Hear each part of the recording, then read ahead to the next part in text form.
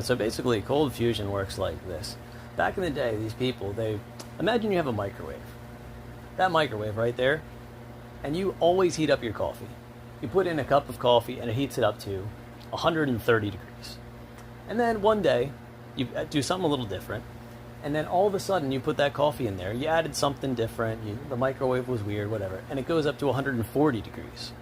Now that is the free energy that people talk about with cold fusion. It's not like an infinite amount of energy. It's like I only put in enough energy to reach 130 and it reached 140.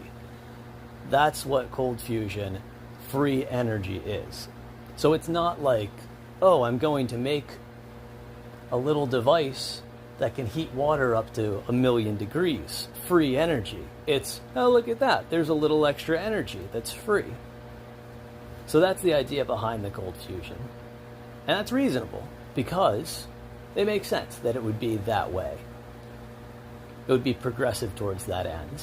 Because it's not as if you're making something 1,000,000 times better than anything that we have. You're making something that's 10% better than what we have. And the person who discovered this was Martin Fleischmann and Pons. Pons was actually mentioned in the Epstein files. A quote from the Epstein files is, Epstein, I killed Pons. And basically, I don't think he actually physically killed Pons. I know that what he did was he lobbied Congress to kill cold fusion research. And a lot of other stuff with like medical and all. Because a big thing with Epstein was he went to the universities themselves. Back in the day, all of the information they produced was free. And you could just look at it. And they shared it all amongst themselves. So he bought all of the rights to all of their research and then would sell it to other people.